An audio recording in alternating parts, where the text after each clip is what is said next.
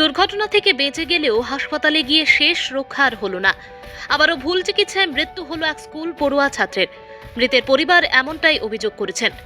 ঘটনা বিবরণে জানা যায়, মেলাঘর ইন্দিরানগর ৮ নম্বর ওয়ার্ডের বাসিন্দা শামসু মিয়ার ছেলে মোহাম্মদ মাইনুদ্দিন ওরফে সোহাগ মিয়া এবং সোহাগের মামাতো ভাই মোহাম্মদ রাকিব কুলুবাড়ি থেকে বাইকে করে মেলাঘরের উদ্দেশ্যে আসছিলেন।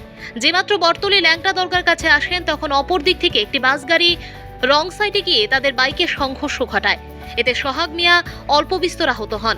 সেখান থেকে সোহাগ মিয়া একটি গাড়ি করে মেলাঘর হাসপাতালে এসে গাড়ি থেকে নেমে ডাক্তারের কাছে গিয়ে সে সমস্যার কথা বলেন। এরপর সোহাগের শরীরে একটি ইনজেকশন পুশ করা হয়, আর ইনজেকশন পুশ করার পর মুহূর্তের মধ্যেই সোহাগ মৃত্যুর কোলে ঢলে পড়েন। এদিকে ঘটনার খবর জানাজানি হতে মৃতের আত্মীয় স্বজনরা উত্তেজিত হয়ে হাসপাতালে কিছুটা ভাঙচুর চালায়।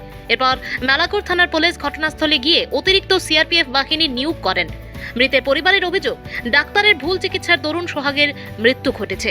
মৃত পরিবারের লোকজন চিকিৎসকের শাস্তির দাবি জানিয়েছেন। আমার ভাতিজা মইনুদ্দিন উর্ফে সোহাগ মাধ্যমিক পরীক্ষা দিছে। তে কুলুবাড়ি তার আত্মীয় বাড়ির থেকে বাইক নিয়ে আসার পথে মেলাঘর ইন্দিরানগর কলোনি এবং ল্যাংটা দরকার মাঝখানে একটা বাসের থেকে বাঁচার জন্য একটা বাসের সাথে তার মানে একটা সংঘর্ষ হয়ে গেছে। এমন অবস্থাতেই মানে সাইড কেটে গেছে। পড়ার পরেতেই সঙ্গে সঙ্গে তারে মেলাঘর হসপিটালে আনছে। আনার পরে তো অবস্থা আইছে, সুস্থ অবস্থা আসার পরে ডাক্তারবাবুরা মানে হাইটটা মানে হসপিটালে ঢুকছে। ঢুকার পরে তারা যাওয়ার পরে ডাক্তারবাবুরা তার একটা ইঞ্জেকশন দিছে। তার ভুল চিকিৎসা তার উপরে হয়েছে। ইঞ্জেকশন দেওয়ার কতক্ষণ পরে সে তার মৃত্যুবরণ করছে এবং ডাক্তারের পুরো নেগলিজেন্ট এখানে দেখাইছে যে তার মানে ভুল চিকিৎসা মানে সে এখানে মারা গেছে।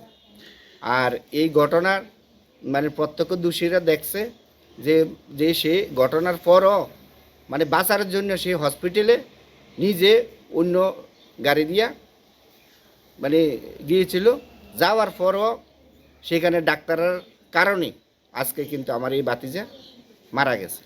এটা সুস্থ তদন্ত চাইতে আছি এবং সুস্থ বিচার যাতে হয় সেটা আমরা চাইতে আছি আর দপ্তরের কাছে।